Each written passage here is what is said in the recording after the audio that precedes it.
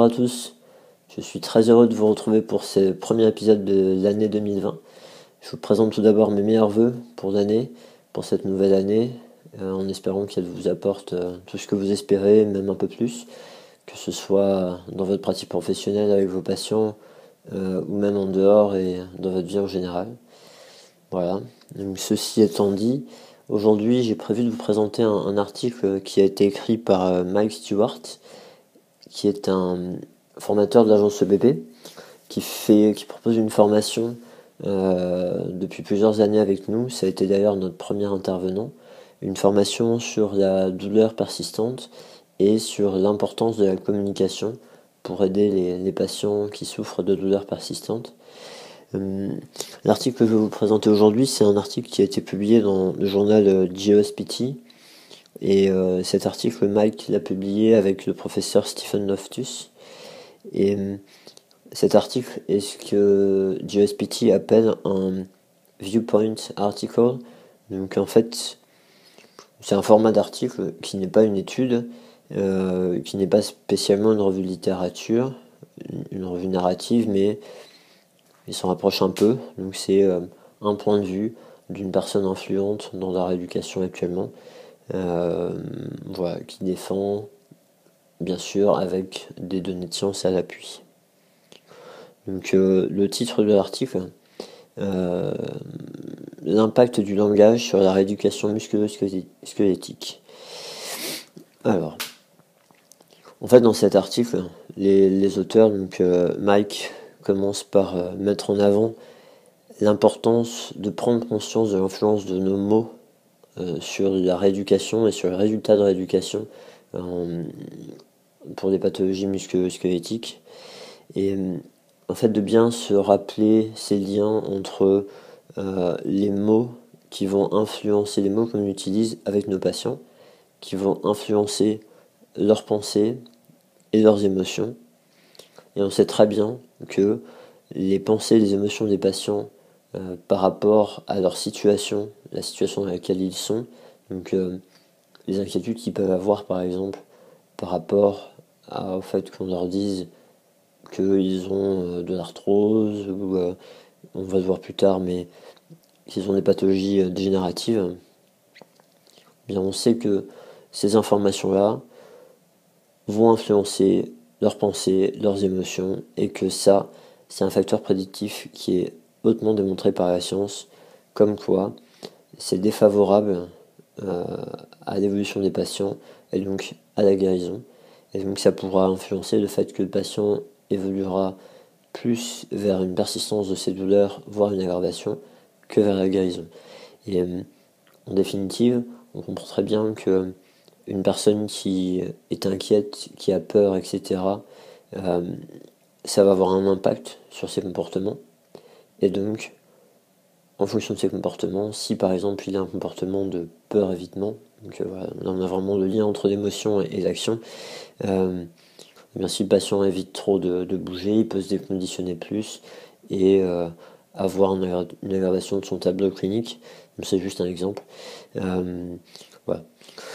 Donc pour démarrer, Mike rappelle que souvent, si on peut avoir ces problèmes-là, l'utilisation de mots qui vont avoir un impact défavorable avec nos patients, c'est tout d'abord que dû à notre formation initiale, où historiquement on était très formé sur la base d'un modèle biomédical uniquement.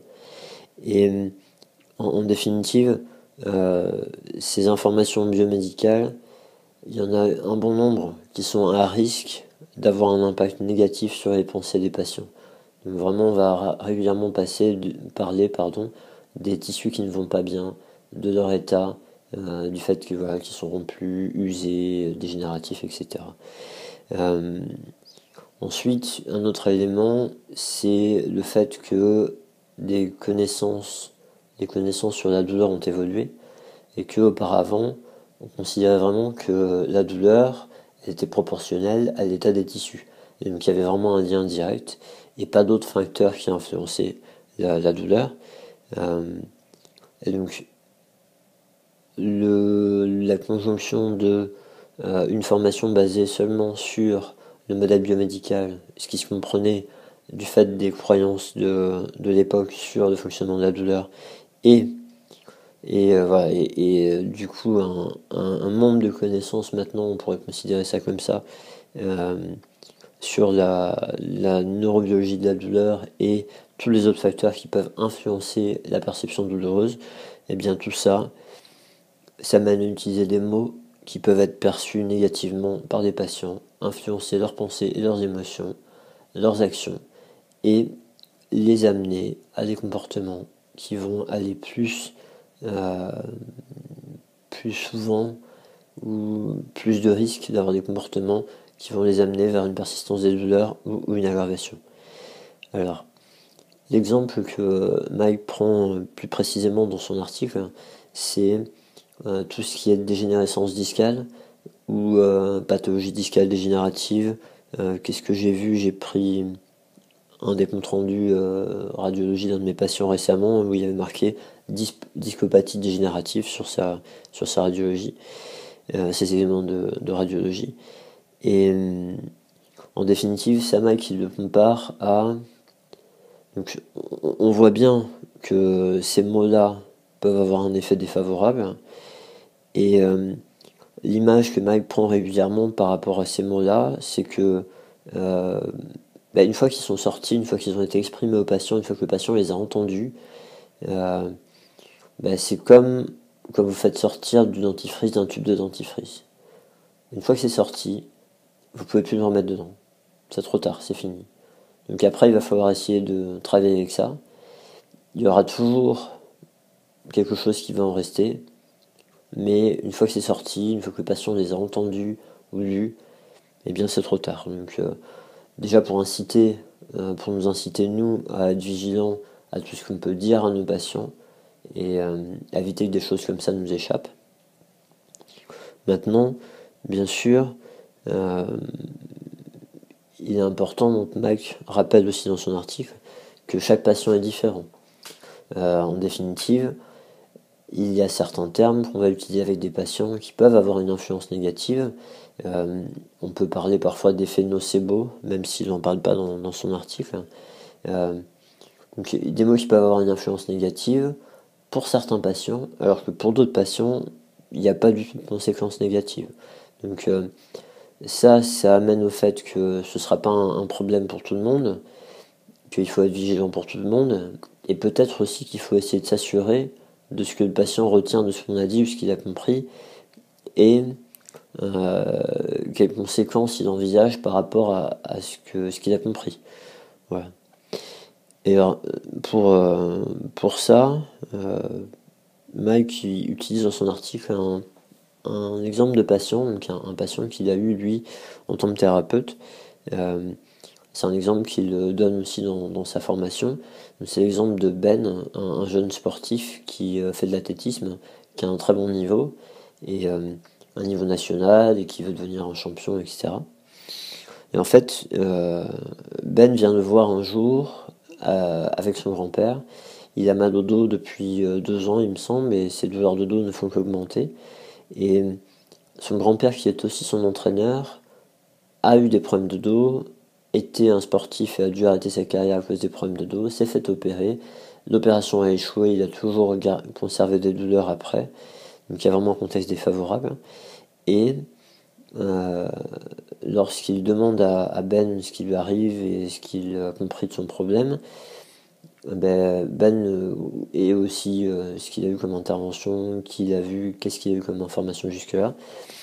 Ce jeune patient lui propose donc un livret qu'on lui a donné qui a été fait spécialement pour les jeunes sportifs et dans lequel vous avez une description du problème et en définitive dans cette description-là, il est mentionné à un moment donné que une intervention chirurgicale peut être nécessaire, même si c'est extrêmement rare.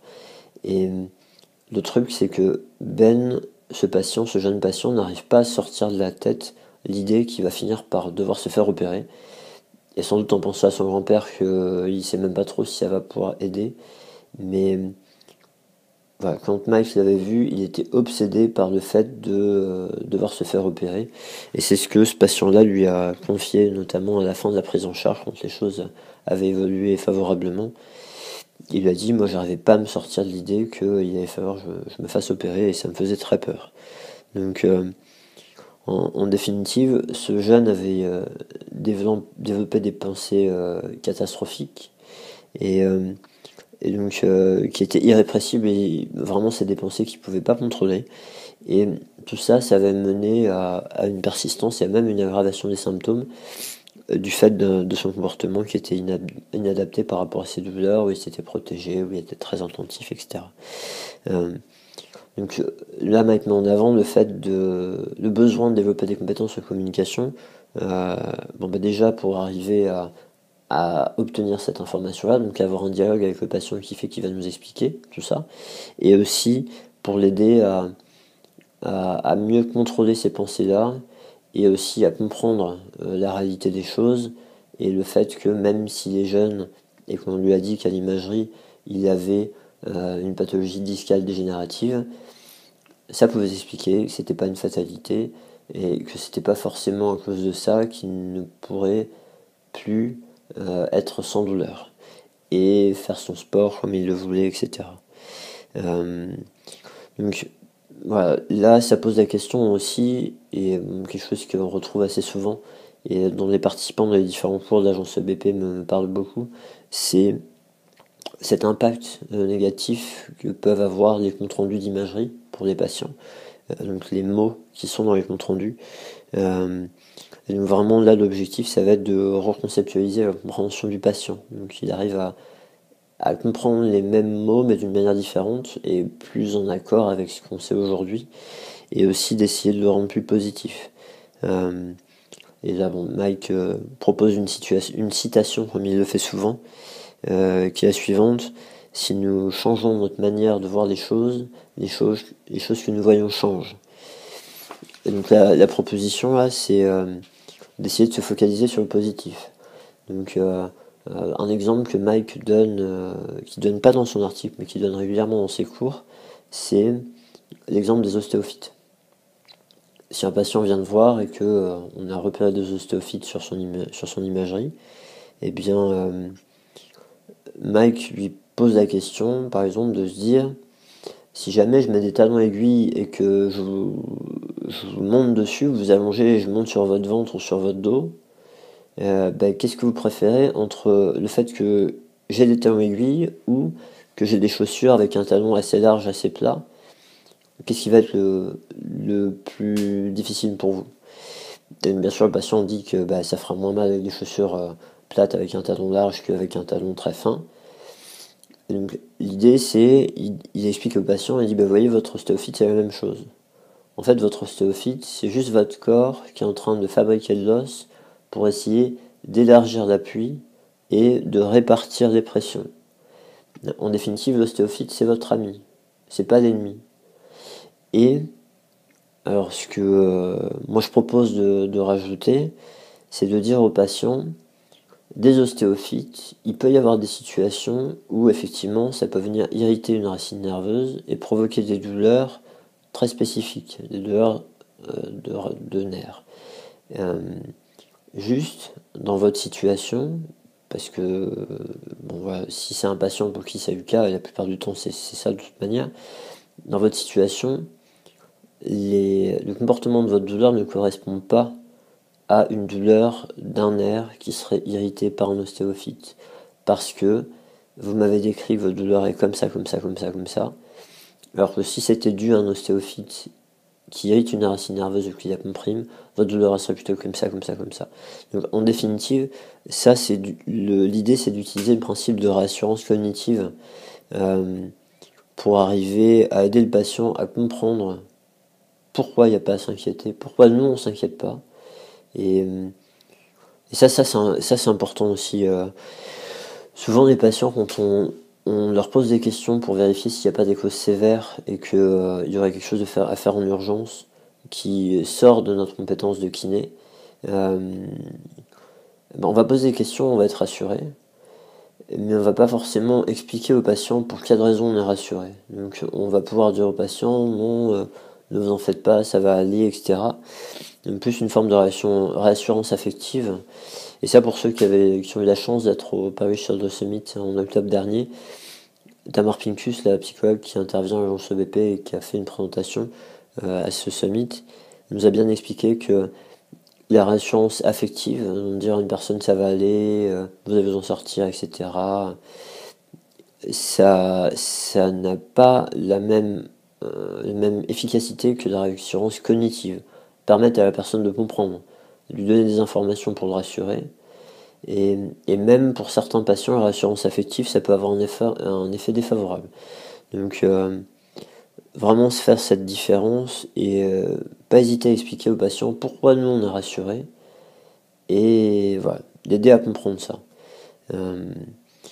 Donc ensuite, un petit peu dans la même idée d'attitude positive, donc vous voyez dans les résultats d'imagerie, essayer d'aller chercher l'élément positif.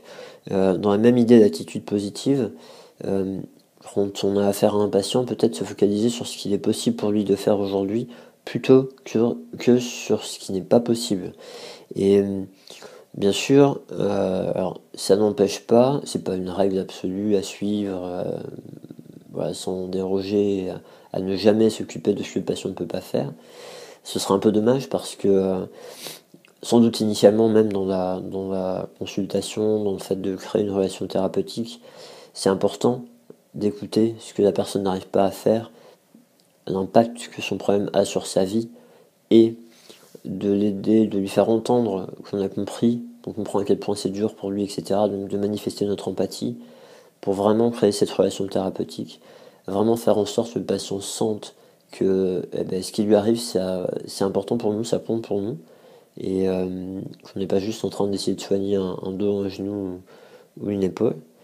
Et donc, peut-être qu'il y a un moment où ça peut être utile de se focaliser temporairement sur ce qui ne va pas, mais juste une fois que cette relation est créée, qu'on a bien compris, après, vraiment de se brancher sur ce qui va, ce qui est possible. Donc, aujourd'hui, qu'est-ce qu'il est possible de faire? On va pouvoir mettre ça en place, ça en place, ça en place, etc. Et après, bon, l'autre limite à cette question-là, ça peut être aussi le patient qui va trop fort. Donc, le patient qui fait toujours trop par rapport à ses capacités du moment, qui fait que s'irriter et qu'on n'arrive pas à aider parce que il est toujours dans l'irritation permanente. Donc celui-ci, la même chose, on pourra se dire, tiens, se concentrer sur ce qui est possible de faire, mais ne pas oublier ce qui est trop pour l'instant. Voilà. Alors, donc à nouveau, hein, il parle dans cet article du problème du jargon médical, donc avec le fait que autant parfois certains mots peuvent être perçus comme quelque chose de négatif, un tissu dégénératif, bon, ça sonne pas comme quelque chose de très sympa à avoir, mais en plus, quand il y a du jargon, même des mots qui sont neutres, qui peuvent être positifs, le fait que le patient ne connaisse pas ce mot-là, ça peut laisser place à l'interprétation et ça augmente les risques que le patient interprète ça comme quelque chose de problématique. Je me rappelle du coup là de un cours qu'on avait organisé avec Kieran O'Sullivan, qui enseigne la thérapie fonctionnelle cognitive, qui avait eu un patient. Un jour, il lui pose la question, qu'est-ce que vous comprenez de votre problème, qu'est-ce qui vous arrive? Et le patient lui a répondu en lui disant, en fait, moi, mon problème, c'est que j'ai une vertèbre. Et en définitive, dans toutes les explications qu'on lui avait données, ce qu'il avait retenu, c'était le mot vertèbre, il savait pas ce que c'était, et lui, il pensait que c'était un problème. Donc voilà, un exemple de mot neutre qui peut faire peur au patient parce qu'il ne le comprend pas, il ne le connaît pas. Donc vraiment, d'essayer de contrôler ces histoires de jargon et puis d'expliquer, de ne pas laisser de place au doute, donc de vérifier ce que le patient a compris.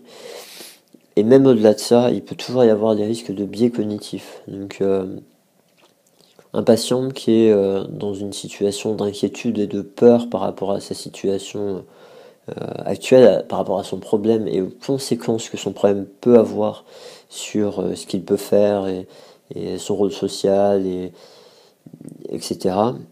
Ou l'impact que ça pourra avoir dans le futur là-dessus.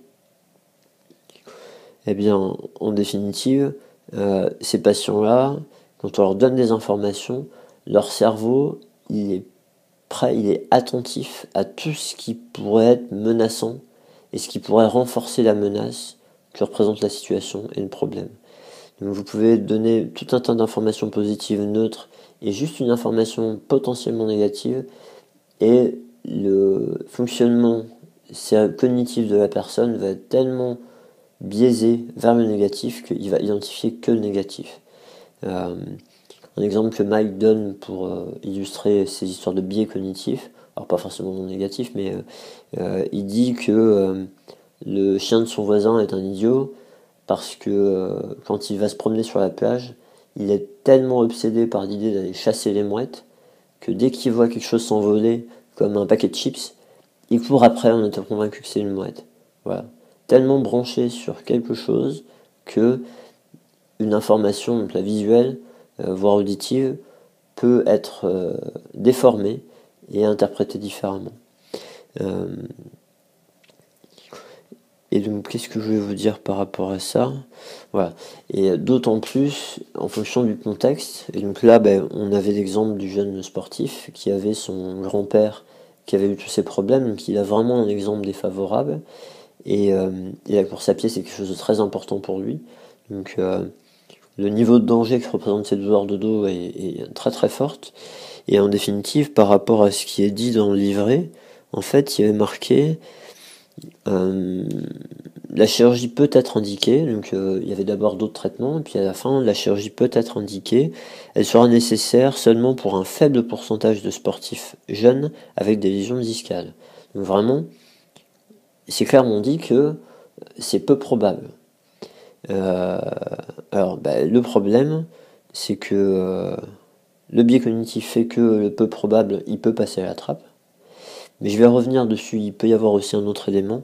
Avant de dire ça, je veux aussi renforcer le fait que Mike mentionne dans son article des choses qui a été identifiées par des auteurs, un auteur qui s'appelle Silence et ses collaborateurs, qui a la tendance des patients à attribuer une plus grande valeur aux conseils qui proviennent de la famille ou des proches par rapport à des infos qui proviennent d'un professionnel de santé.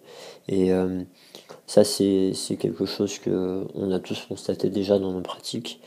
Et donc voilà. Donc là, par rapport à l'histoire de ce jeune patient, toutes les informations qu'il a eues en lien avec son grand-père, ça peut potentiellement avoir une force vraiment importante qui peut potentiellement dépasser les informations qui vont venir du professionnel de santé.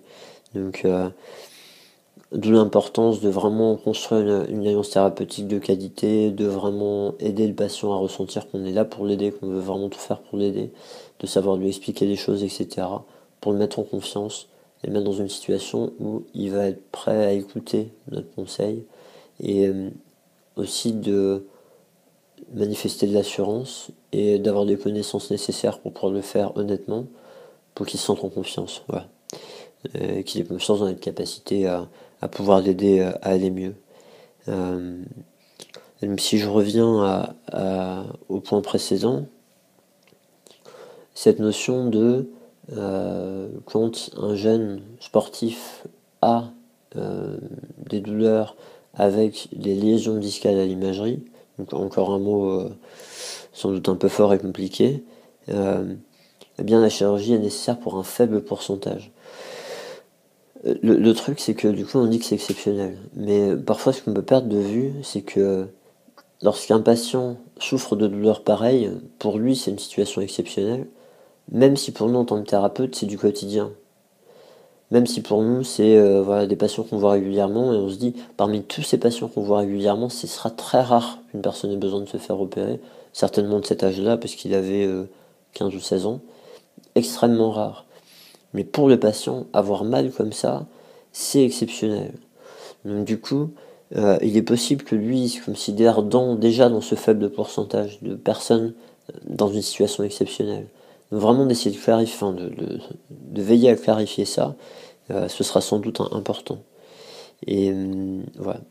Et donc, cette information qui a été donnée dans le livret, eh bien, une fois que c'était passé par le filtre de son biais cognitif à ce jeune sportif, lui, l'information qu'il retenait, c'était « je vais devoir me faire opérer ». et je n'arrive pas à me sortir cette information de la tête. Et donc, quand on sait que, comme on le disait au départ, la probabilité de guérir pour le patient, de son point de vue, c'est un facteur prédictif de la guérison ou de la persistance des douleurs, voire de l'aggravation, et donc, du coup, on sait à quel point ça va être important de travailler ça. Et donc la proposition, c'est de travailler sur le mode de la réassurance cognitive. Voilà. Alors ensuite, il y a une proposition avec un tableau où Mike propose de modifier les mots qu'on utilise pour décrire les observations patho-anatomiques qu'on peut voir à l'imagerie. Avec, alors vous pourrez le voir dans l'article, hein. Bon, la petite difficulté, c'est que ce sont des mots en anglais et qu'on n'a pas forcément des équivalents exacts en français. Un mot qu'ils utilisent très souvent, c'est wear and tear, et qui correspond un peu à de l'usure. On pourrait dire dans nos patients, tiens, c'est usé, ou le fait de dire que c'est rouillé. Et en définitive, la difficulté par rapport à ça, c'est que en étant dans la notion de usé, on maintient les gens dans une vision très mécanique de leur corps, et uniquement mécanique. Et le problème derrière ça, c'est que si on pense à de la vraie mécanique, à un appareil, à une machine, à une voiture ou autre, si on vous dit qu'une pièce est usée, naturellement, on se dit que la pièce, elle peut faire que s'user plus, et qu'à un moment donné, il va falloir la réparer, ou la changer. Donc en partant de ce principe-là, il est vraiment très logique de finir par penser qu'on a besoin de se faire opérer. Alors qu'on sait très bien que le corps humain il fonctionne pas comme ça, et c'est pas comme un appareil qui se s'use, plus on l'use et plus il s'use, c'est pas comme ça que ça marche le corps humain, on sait bien.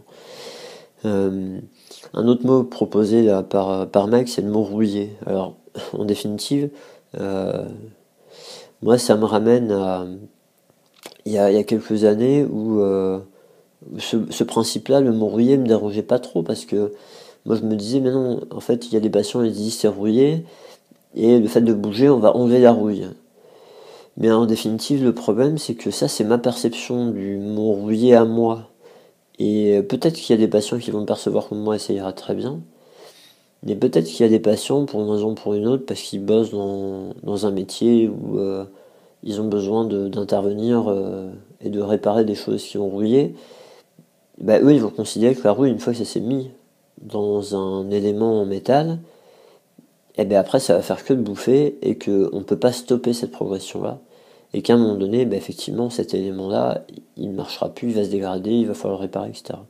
Donc encore une fois, ça illustre le fait que avec certaines personnes, les mêmes mots peuvent ne pas poser problème du tout, mais avec d'autres personnes, ça peut vraiment être dramatique. Donc soit on veille à ne pas les utiliser, en sachant que parfois ça va être un peu difficile parce que c'est des habitudes de langage.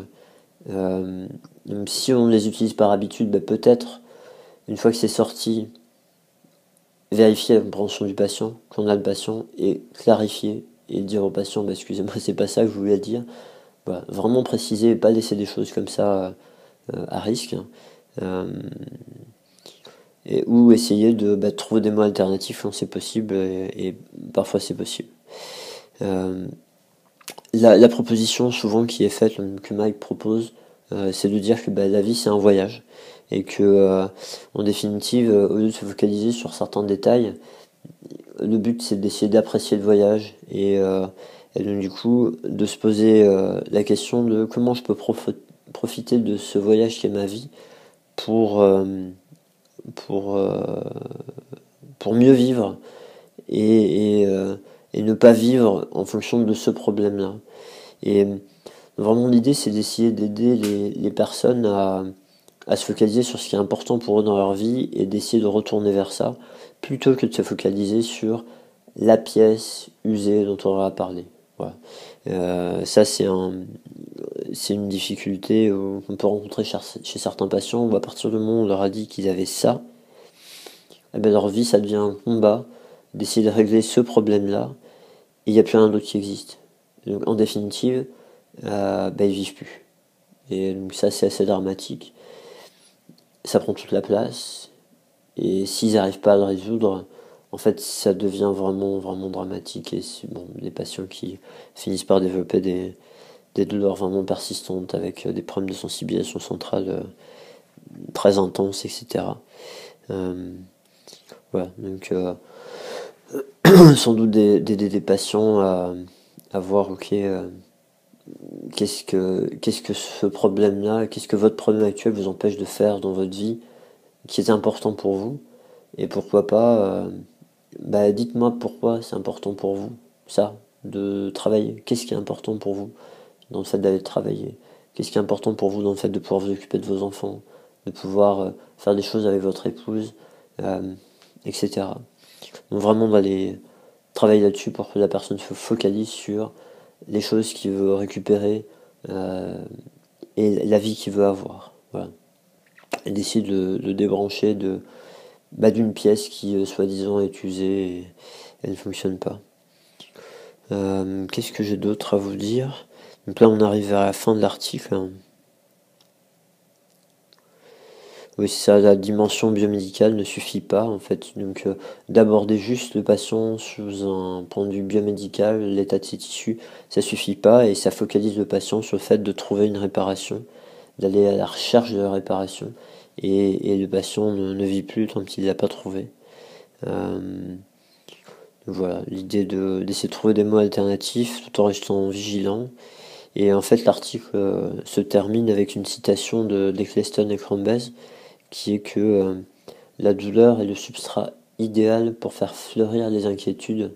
Donc un patient qui a mal, une personne qui souffre, quelque chose un peu plus général que juste une douleur, une personne qui souffre, c'est une personne qui est vulnérable et c'est une personne qui va avoir des biais cognitifs et donc d'être vigilant par rapport aux mots qu'on utilise dans nos prises en charge musculo-squelettiques en particulier, mais sans doute pas seulement, des mots qu'on utilise pour pas alimenter des inquiétudes, des pensées, des inquiétudes qui vont favoriser des comportements défavorables et qui vont favoriser une non-guérison spontanée, une évolution défavorable de l'histoire naturelle et donc une persistance des symptômes, voire une aggravation. Et voilà, tous ces patients douloureux persistants qu'on connaît. Donc voici ce que je voulais dire à propos de cet article. Je vous remercie beaucoup d'avoir regardé cette vidéo. Comme d'habitude, je vous incite, si vous voulez bien, mettre des commentaires dans la vidéo pour m'aider, me guider, pour que je puisse poursuivre et faire évoluer ces vidéos. Je voulais vous mentionner, je voulais vous mentionner donc bientôt va avoir lieu le congrès Europhysio, qui est une journée en fait qui se déroule le 25 janvier à Lille, à laquelle je vais participer. Donc j'ai un atelier sur la prescription de l'exercice. Où, en fait, je vais discuter avec les personnes présentes à cet atelier de comment favoriser le fait que les patients vont faire leurs exercices au moment spécifique de la prescription de l'exercice, donc au moment où on leur propose l'exercice, dans le choix, dans la proposition de l'exercice, qu'est-ce qu'on peut utiliser en communication pour augmenter la probabilité que le patient va faire ces exercices-là. Et après, j'ai un deuxième moment où là, je vais être en duo, je vais avoir un échange avec Vincent Douillard, donc sur le thème du hands-on, hands-off, qui est le thème général de la journée des Europhysio. Donc le thème hands-on, hands-off, le juste équilibre, il me semble que c'est le titre des Europhysio. Et donc là, il y aura un échange et on va discuter donc, de différentes situations et de pour quelles raisons parfois on peut opter plus se positionner plus sur du hands-off et parfois se positionner plus sur du hands-on. Donc voilà, j'ai hâte d'avoir cet échange-là. Et voilà, donc je serai pas tout seul, il y aura plein d'intervenants super intéressants. Je vous invite à aller voir la page qui correspond, enfin le site des Europhysio, avec le programme, les différents intervenants, etc. Je vous afficherai sans doute l'adresse pour aller retrouver tout ça. Voilà, donc C'était le premier vlog de l'année 2020. Je vous souhaite à nouveau une très bonne année. Voilà, je vais essayer de continuer à vous faire des vlogs régulièrement. Ça, c'est probablement le prochain article dont je vais parler. Je sais pas si ce sera visible à la vidéo, mais je vous en dis pas plus. Voilà. Merci encore, n'hésitez pas à me faire des remontées, et puis je vous dis à bientôt pour une prochaine vidéo. Ciao, prenez soin de vous.